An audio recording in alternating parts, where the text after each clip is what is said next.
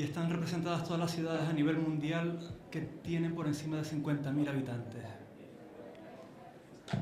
Y están representadas hasta las áreas metropolitanas. Esta es la distribución urbana que hay en el mundo actualmente, con ciertos márgenes, porque siempre que hablamos de estas cantidades, las bases de datos pues fluctúan un poco, depende de cuál se consulte, ¿no? Si utilizas el World Population Prospect, no es lo mismo que otras bases de datos que circulan por ahí, o censos parciales, siempre hay un margen de error. Este es el mapa de todas las ciudades. A ver si esto no funciona. Ahora. Y estas son las ciudades insulares a nivel mundial que tenemos. Si sumamos todas las ciudades a nivel mundial que tienen por encima de 100.000 habitantes, el dato que daba antes Joaquín Mañoso, que estaba por ahí, hablaba de 600 millones de habitantes. A mí los cálculos que me salen son 740 millones de habitantes a nivel mundial viven en medios insulares. De estas ciudades, o de esto que consideraríamos ciudades insulares, que tendríamos que definir bien, porque no es lo mismo una isla como Gran Bretaña, o como Java, o como Groenlandia, o como Islandia, que una isla como Malé en Maldivas, o como una isla como Reunión, como Mayotte, cerca de las Comores, como Madagascar, como Barbados, y como tantas islas que hay alrededor de todo el globo. Estas, las islas que tienen por encima de 100.000 habitantes están cifradas en alrededor de 197, 200, dependiendo de la actualidad de los censos. Claro, ¿cuál es la cuestión? Aquí vemos que gran parte de estos 768 millones de habitantes se concentran en 56 islas que tienen 723 millones de habitantes, que son las islas mayores, que pues, como Gran Bretaña, como Japón, que hablábamos antes, como las islas de Indonesia. Entonces, para poder realizar un análisis de cuál es el marco de estudio de a donde queremos llegar, que es qué son las islas urbanas intermedias, primero tendríamos que definir qué son las islas, ¿no? De qué tipo de islas estamos hablando y cuál es el marco de análisis que vamos a utilizar. En el proceso de búsqueda de apoyos para encontrar, para materializar este evento, estuve hablando con un urbanista amigo, que ha desempeñado funciones de alto cargo de la administración en el pasado. Entonces él me decía que, oye chico, pues como no sea que estén rodeadas de agua, ¿no? Pues bueno, es un principio, ¿no? Es la definición que da la RAE de lo que es un entorno insular. Una porción de tierra rodeada de agua por todas partes. Yendo un poco más lejos, United Nations en el año 58 habla de una porción formada naturalmente de tierra rodeada por agua que queda por encima del mar con la marea alta. Bueno, pues ya especifica un poco más, ¿no? En ese caso tenemos, por ejemplo, islas urbanas muy pobladas. Por ejemplo, Mumbai es una isla. No todos lo sabíamos, ¿verdad? Mumbai tiene la misma superficie que La Gomera. No, perdón, que La Gomera no. Tiene 2 veces la superficie de La Gomera. La Gomera tiene 370 kilómetros cuadrados, Mumbai tiene 620, está un poco por debajo. Y La Gomera tiene 20.000 habitantes y Mumbai tiene 15 millones de habitantes. O sea, ¿podemos hablar de isla urbana? Yo creo que sí. ¿Es una isla urbana intermedia? Tendríamos que discutirlo. Incluso tendríamos que discutir si realmente Mumbai es una isla. Otro ejemplo, Singapur. Singapur se ha puesto como ejemplo a nivel político desde hace 20 años de cuál puede ser el modelo de desarrollo de Canarias. Singapur es una isla. Lo tendríamos que discutir también. Tiene exactamente el doble de superficie que La Gomera. Tiene 5 millones y medio de habitantes. O sea, tiene una densidad bastante alta. Es uno de los países punteros en desarrollo tecnológico a nivel mundial. Y en la acaparación de flujos también de mercancías, por su situación geográfica.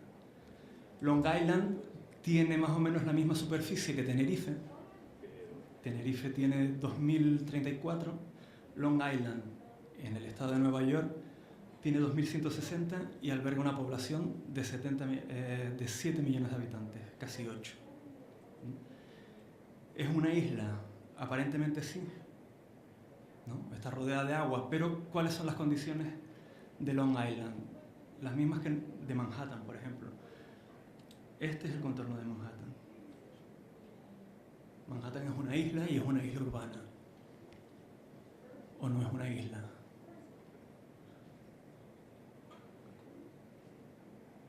Seguimos, ¿de acuerdo? Bueno, en términos de superficie está la estadística aquí. A pesar de lo que popularmente se cree, Manhattan tiene solamente 1,5 millones de habitantes, es lo mismo que tiene Barcelona, municipal, y tiene prácticamente la misma superficie, o sea que esa densidad tiene un límite, ¿no? La densidad de urbanización en un medio constreñido parece que tenga un límite.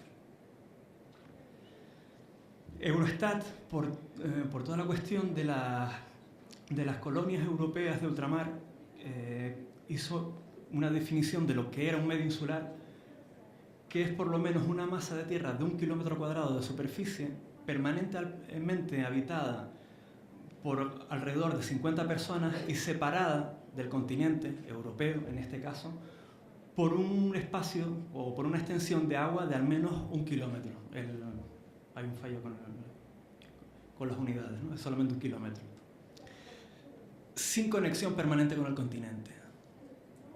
O sea, yo creo que aquí está la clave. No es lo mismo las grandes islas urbanas a nivel mundial que tienen una relación, tienen esa conexión continental que las favorece, ¿no? Favorece el desarrollo, favorece el intercambio, que las islas de las que vamos a tratar en esta conferencia.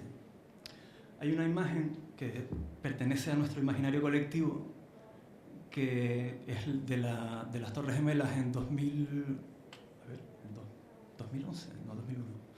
9/11, sí. ¿Qué año? Se me escapó, pero disculpen. Bueno, pues esta imagen que pertenece a nuestro imaginario colectivo, nosotros en los medios insulares que habitamos no tenemos esta posibilidad. Si hay una catástrofe, tenemos que asumirla y ver cómo lidiamos con ella, ¿no?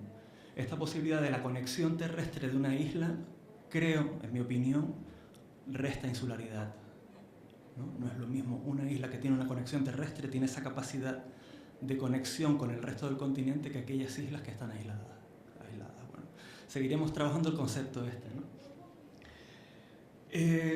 Molson Romer introducen el término islandness, que en mi opinión la traducción más exacta sería, y es una palabra un poco extraña, que es isleñidad, ¿no? Para introducir o para significar que realmente la cuestión insular o la cuestión isleña se tiene que diferenciar de la insular, ¿no? De lo estrictamente objetivable en cuál es la visión que los habitantes de las islas tienen sobre su propio entorno, ¿no? Que es esa noción de aislamiento, de que el mundo se acaba y por tanto también de centralidad. Y yo creo que ahí es donde están las bases teóricas de lo que nosotros queremos tratar hoy sobre las islas urbanas intermedias.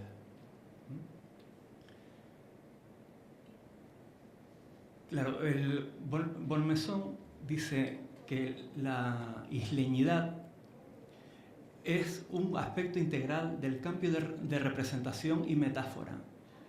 No tiene que ver con los hechos, sino con la visión. O sea que este concepto de isleño tiene que ver más con la percepción que con los datos objetivables de lo que es una isla o no es una isla, ¿no? Está claro que si está completamente rodeada de agua, pues sí, Manhattan es una isla.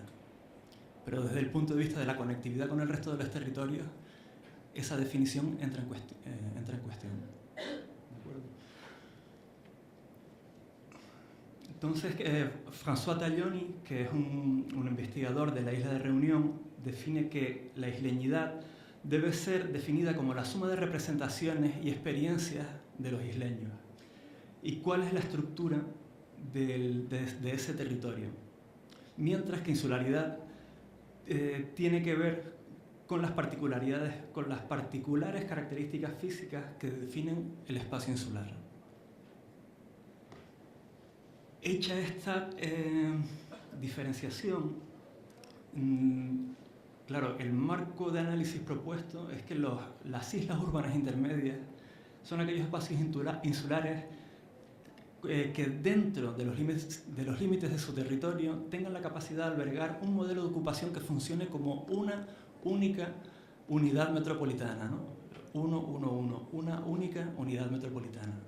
O sea que la propia isla tiene que permitir esas migraciones diarias que facilitan los contextos metropolitanos, ¿no? Esas migraciones que te permiten ir a trabajar, a desarrollar tu actividad diaria y volver a un lugar de origen.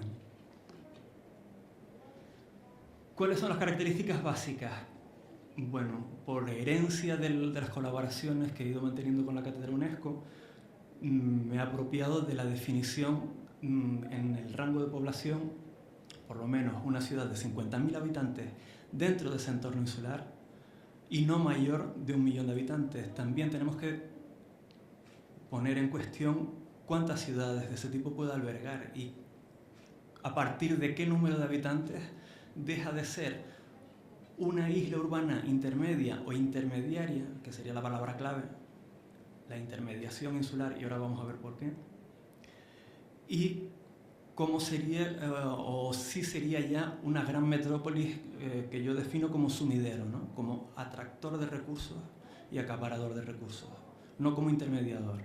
Yo hago una clasificación más bien informal de lo que serían los 3 tipos de isla, que serían la isla sumidero, que es aquella como Manhattan, como Singapur, como Mumbai, que vimos antes, que son acaparadoras de recursos, ¿no? En los que los recursos van llegando y se agotan y piden más, como una especie de agujero negro que atrae pero que no suelta, ¿no? Están las islas intermediarias, que serían las que se aprovechan de la circulación de recursos para generar los suyos propios, pero en una labor de intercambio, y estarían las islas nicho, que son aquellas destino final de los recursos, pero no productoras de grandes economías. Estaríamos hablando de lo que sería la doble insularidad o de las hiperislas, ¿no? O del hiperaislamiento más bien. ¿De acuerdo?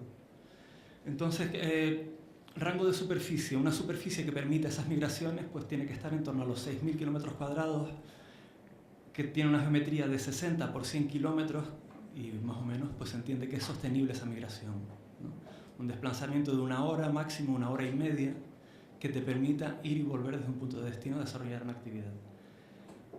Por esta misma característica de intermediación,